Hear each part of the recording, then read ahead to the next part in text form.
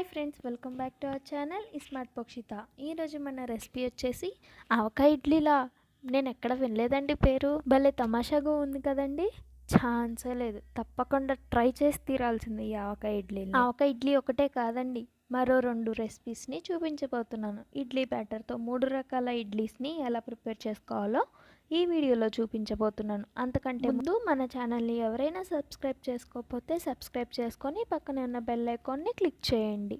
ఇప్పుడు మనం రెసిపీలోకి వెళ్ళిపోదాం. ఇడ్లీ బ్యాటర్ ఉంటుంది కదండి, అది ఒక బౌల్లోకి తీసుకొని సాల్ట్ కలిపేసుకొని ఉంచుకోవాలి. దీంట్లోకి 1/2 టేబుల్ స్పూన్ వరకు ఆవకాయ పచ్చడిని కలిపేసుకోవాలండి. చూడండి, ఎక్కడ వైట్ కలర్ కనిపించకుండా మొత్తం కలిసేటట్టు బాగా కలిపేసుకోవాలి.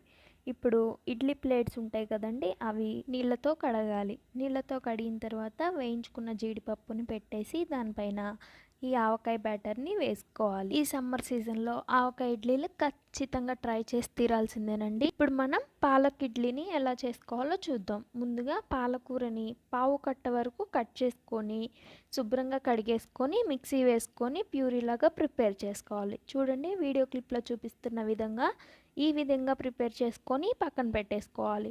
ఇప్పుడు ఒక బౌల్లో ఇడ్లీ బ్యాటర్ని తీసుకొని సాల్ట్ వేసి కలిపేసుకొని ఉంచుకోవాలి.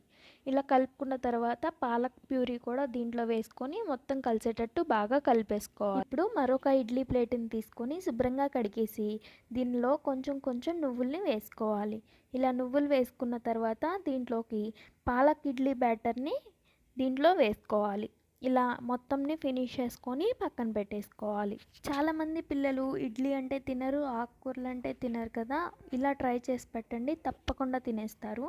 ఇప్పుడు ప్లెయిన్ ఇడ్లీ బ్యాటర్ ఉంటుంది కదండి, దాంట్లో సాల్ట్ కలిపేసి ఇడ్లీని ఇలా ప్లేట్లో ఫిల్ చేసుకొని చూడండి, స్టాండ్కి 3 ఇలా పెట్టేసి ఇడ్లీ పాత్రలో నీళ్ళని వేసుకొని ఇడ్లీ స్టాండ్ని పెట్టేసుకొని మూత పెట్టుకొని లో ఫ్లేమ్లో ఒక 5 మినిట్స్ వరకు ఉడికించుకోవాలి. ఒక 5 మినిట్స్ తర్వాత మూత తీసి చూస్తే చూడండి, ఇడ్లీ అనేది చేతికి అంటుకోకుండా ఉంటే ఇడ్లీ అనేది పర్ఫెక్ట్గా ఉడికిపోయినట్టండి.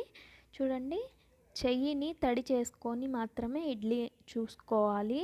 ఇడ్లీ అనేది చేతికి అంటకుండా ఉండాలి. చూడండి, ఇలా ఉడికిపోయిన తర్వాత స్టవ్ ఆఫ్ చేసి ఒక 5 నిమిషాల తర్వాత ప్లేట్లోకి సర్వ్ చేసేసుకుంటే ఇడ్లీలు అనేవి విరగకుండా నీట్గా వస్తాయండి. చూడండి, చాలా అంటే చాలా బాగుంటాయి. ఇది చట్నీతో సర్వ్ చేసేసుకొని తింటే అండి ఉంటుంది. ఆహా, అసలు మాటల్లో చెప్పలేమండి. ఇడ్లీ తినని వాళ్ళు కూడా ఇడ్లీ తింటారండి, అంత బాగుంటాయి ఇడ్లీలు. తప్పకుండా మీరు కూడా ఒకసారి ట్రై చేయండి, మీకు కూడా ఖచ్చితంగా నచ్చుతుంది. ఈ వీడియో కానీ మీకు నచ్చినట్లయితే లైక్ చేసి షేర్ చేసి కమెంట్ చేయండి. Thank you for watching.